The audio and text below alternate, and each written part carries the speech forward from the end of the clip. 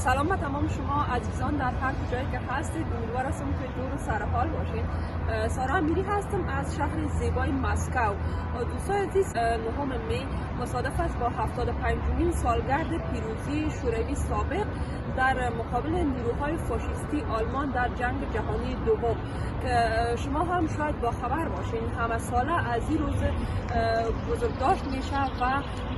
با حضور مقام‌های بلندپایه دولتی و گسترش مردم که همهشان میرن به میدان سرخ که مرکز شهر مسکو هست و اونجا از این روز بسیار با بزرگی و خوبی بزرگداشت میکنن و امسال متاسفانه به دلیل گسترش ویروس کرونا مردم نتونستند که اونجا برن و این مراسم در بین هم تدبیر کنن مثل همه ساله و همین دلیل تنها در میدان سرخ که ریاست جمهوری اینا هم از اونجا نظامی هایشان با رژیم نظامی بسیار مختصر این مراسم تجلیل کردن و البته با سخنرانی ولادیمیر پوتین و اونا هم دسته های گل را بردن و مقبره های کسانی که در جنگ دوم جهانی شرکت داشت و مقبره هایشان هم فراموش نشه که مجسمه هایشان هم ساخته شده در میدان سرخ است و شما شاید دیده باشین و با همین موضوعات این مراسم تمام کردن و از این مراسم به خوبی تدبیر کردن. و دوستان دیروز هم کسایی که در جنگ جهانی دوم شرکت داشتن و دلیل گسترش ویروس کرونا نمیتونستن از خانه برآیند، تعداد زیاد از مردم عام و نظامیان و هنرمندان مشهور روسیه و شهر مسکو خصوصا رفتن به خانه های اونا و ادای احترام با بردن تحفه ها و دسته های گل با اونها ادای احترام کردن و از آنها تقدیر کردن که البته اونا سنشون بسیار کلان بود و نمیتونستن از خانه برآیند. قسمی که قبلا هم اشاره کردیم به دلیل گسترش ویروس کرونا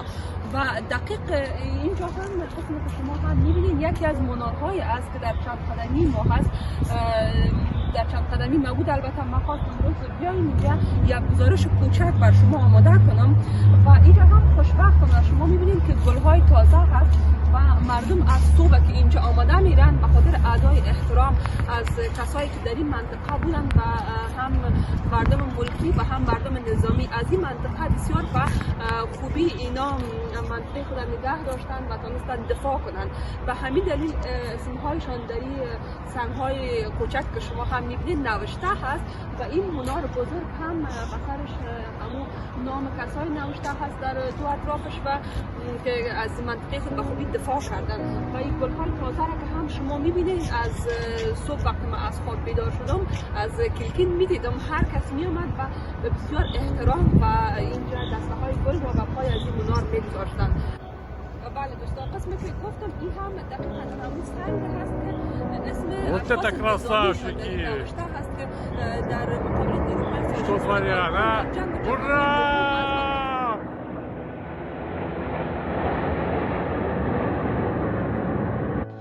و رژیم نظامی در این روز مراسم است که به یادبود شکست اردوی آلمان نازی در سال 1945 انجام می شد و این مراسم هم همه ساله از طریق شبکه‌های تلویزیونی داخلی به طور زنده نمایش داده می شود و ولادیمیر پوتین رئیس جمهور فعلی کشور روسیه هم در این مراسم از اهمیت این سخن گفت و تاکید کرد که نسل جوان روسیه باید از شجاعت و حس وطن‌دوستی گذشتگان خود درس بیاموزند و او روز 9 می را روز پیروزی جشنی برای همه ملیت‌های روسیه می‌داند و در پشت همه اینا دوستان عزیز یک فلسفه بسیار بزرگ نوشته هست و به همین گونه روز 9 ماه می روز پیروزی جنگ کبیر میهنی برای مردم شوروی سابق و یا هم مردم شوروی به رهبر استالین رهبر دولت کمونیستی وقت و دیگر نیروهای آزادیخواه جهان بر فاشیسم در تاریخ ثبت گردیده و فراموش نشه و ناگفته نمانه که در این روز یعنی 9 می را کشورهای اروپایی و آمریکا نیز این روز تجلیل میکنند و از این روز با ادای احترام و گذاشتن اکلیل های گل به پای بر مقبره های کشته شدگان در جنگ جهانی دوم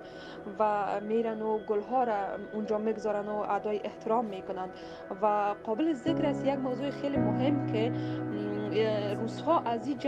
جنگ میهنی کبیر مینامند این جنگ را، چون اینا احساس میکنند و میگن که اینا فکر میکنن که در این جنگ و اینا عقیده هم دارند که فشار اصلی و سختی های ناشی از این جنگ بر دوش روس ها یعنی بر دوش اینها قرار داشته. و یک موضوع دیگه هم است دوستای عزیز که حالا برآوردهای دقیق از تعداد کشته شدگان در جنگ بزرگ میهنی محاسبه تلفات اتحاد جماهیر شوروی در جنگ بزرگ میهنی همچنان یکی از وظایف عملی ناشده مورخین بوده، به خاطر که هیچ آمار رسمی و آمار دقیق اینا ذکر نکردن در کدام جای یا در هر معلومات که شما هم شاید خوانده باشین. و آمار رسمی را که البته اینها میگن و گفتن 26 میلیون کشته که از جمله 8 میلیون پرسنل نظامی تلفات رو در میان کسانی که در جبهه حضور داشتن یا در جبهه جنگ بودن همون وقت.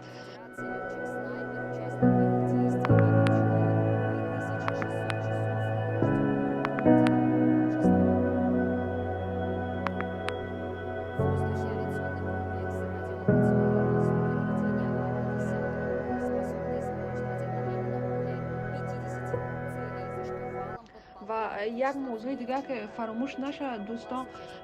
دو کشور دیگه که هم قبلا در اتحاد جماهیر شوروی بودن اونا هم از این روز تجلیل میکردن و که یکیش اوکراین هست و دیگهش بلاروسیه یا روسیه سفید گفته میشه که امسال البته تنها روسیه سفید یا بلاروسیه این روز تجلیل کردن و در اوکراین بسیار کم تجلیل کردن.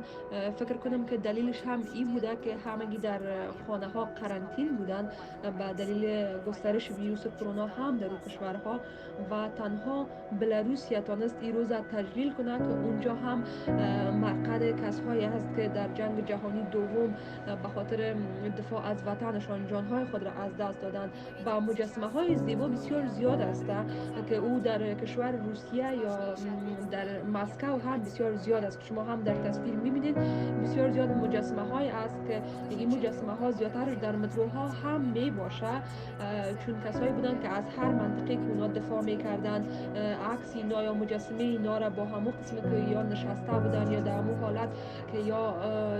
کشته شده بودن در همون حالت مجسمه های اینا را ساختن و به هر جایی که مردم بسیار زیاد جمع و جوش داره یا در پارک ها زیادتر اوقات که مردم به گشت و گذار میره یا کس دیگه که به توریست میایه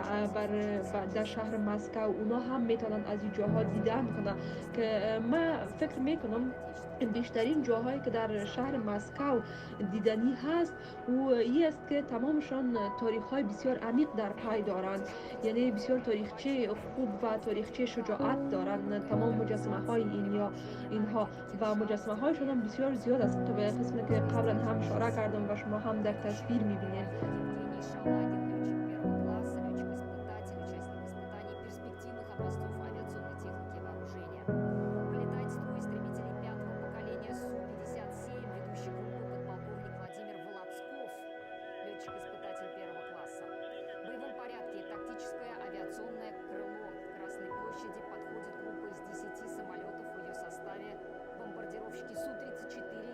و دوستان امیدوار هستم که شما هم بتونید این گزارش ما را ببینید و